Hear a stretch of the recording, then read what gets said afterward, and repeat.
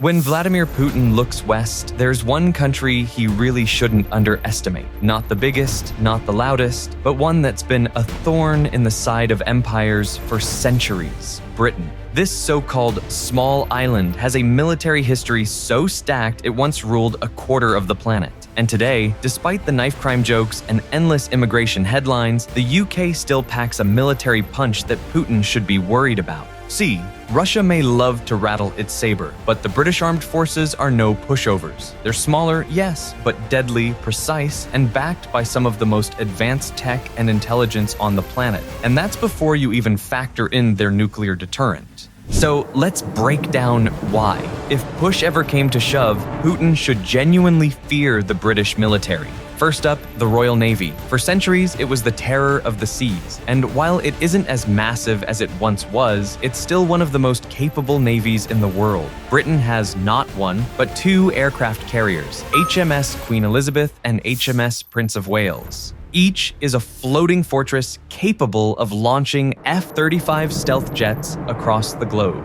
Then there's the submarine fleet. These aren't rusty Soviet leftovers. They're silent hunters, nuclear-powered, and some carry Trident missiles that can wipe out entire cities. And unlike Russia's loud, clunky fleet that often breaks down, British subs specialize in one thing: never being seen until it's far too late. The Royal Navy also patrols choke points Russia depends on, like the Arctic and North Atlantic. Putin might flex in the Black Sea, but Britain has the reach to show up at his doorstep or cut off his subs from slipping into the Atlantic. Now, let's talk about the one card Britain always keeps close to its chest: the nuclear deterrent. Unlike Putin, who loves parading missiles through Red Square to prove a point, Britain plays it quieter, but arguably smarter. The UK's system is called the Continuous At-Sea Deterrent. Translation: there is always, 24/7, a submarine hidden somewhere in the oceans armed with Trident II nuclear missiles. Even if London was flattened tomorrow, Putin couldn't be sure where that submarine is or when it would fire back, and that uncertainty is terrifying. Each Trident missile can carry multiple warheads and hit targets thousands of kilometers away with pinpoint accuracy. Moscow, St. Petersburg, take your pick. The message is simple: push Britain too far and Russia risks becoming a smoking crater. That's why, no matter how much chest beating happens in the Kremlin, even Putin knows Britain's nukes are not for show. If Putin thought the skies would be his playground, he's dead wrong. The Royal Air Force is one of the most advanced in the world. At the core are Eurofighter Typhoons, agile, heavily armed, and equipped with cutting-edge electronic warfare systems. These jets aren't just fast, they're designed to blind enemy radars and jam communications, which makes Russian aircraft about as useful as a Lada in a Formula One race. Then there's the stealth factor. Britain operates F-35 Lightning IIs, some of the most advanced fighters ever built. These jets can slip into enemy airspace undetected, hit key targets, and be gone before the Russians even know what happened.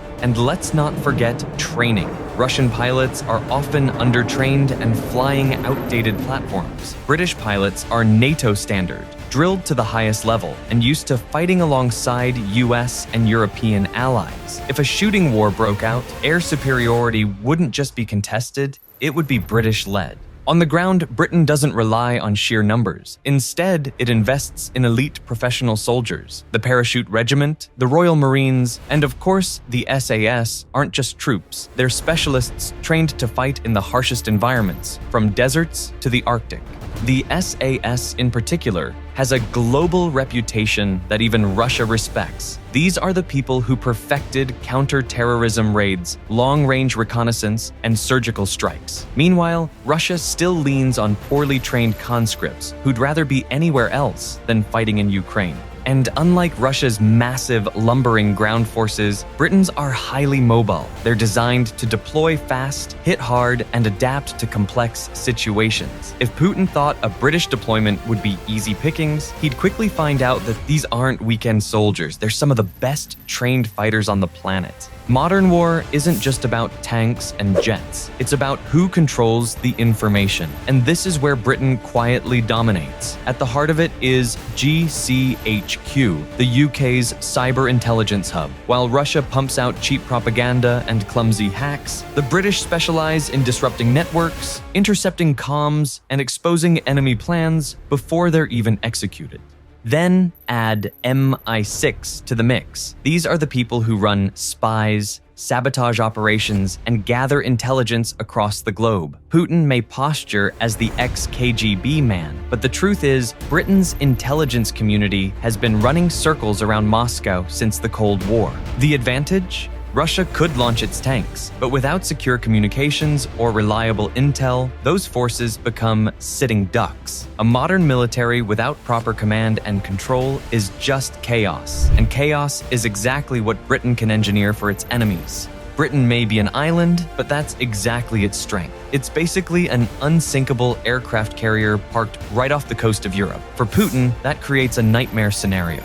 Control of the North Atlantic and the Arctic routes flows right through Britain. The Geographic Gap, that's Greenland, Iceland, and the UK, is a choke point that Russian submarines must pass if they ever want to slip into the Atlantic. And guess who's sitting there with sonar, destroyers, and hunter-killer subs? The Royal Navy. Invading Britain itself is also a fantasy. Russia couldn't even secure Kiev properly. Crossing the channel to face one of the world's best navies and air forces would be suicide. The island geography makes it a fortress, and from that fortress, Britain can project power across Europe, the Arctic, and beyond. Here's the part Putin hates the most. Britain doesn't fight alone.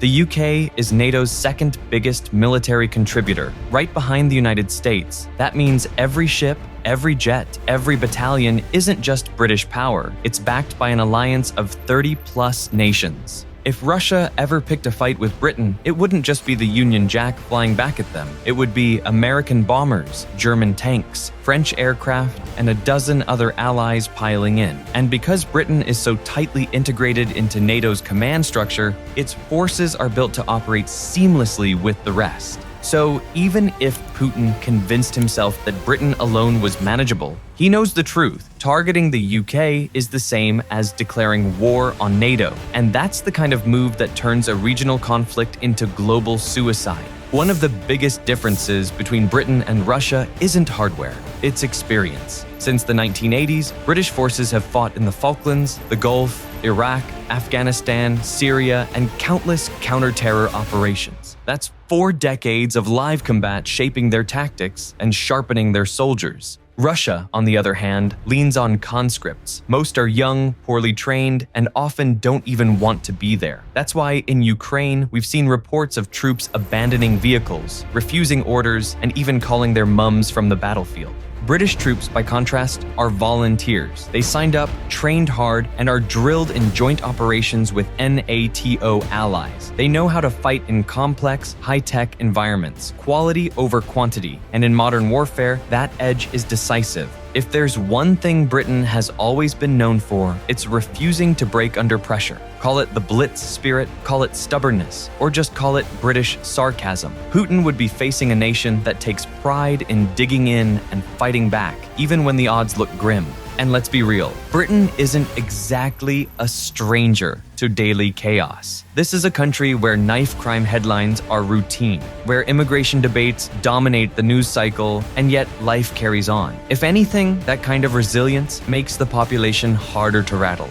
You can't scare people who already complain about the weather 300 days a year. So, when you stack it all up, the Royal Navy's global reach, the nuclear deterrent, world-class air power, elite ground forces, cyber dominance, NATO backing, and decades of real combat experience, the message is clear. Putin should think twice. Britain may not be the biggest military on Earth, but it's one of the sharpest, deadliest, and most battle-tested. And if he ever pushed it too far, he'd find out exactly why Britain is still a power to be feared. So, while Russia loves to boast about size and numbers, Britain plays a different game. Precision, professionalism, and power projection backed by NATO.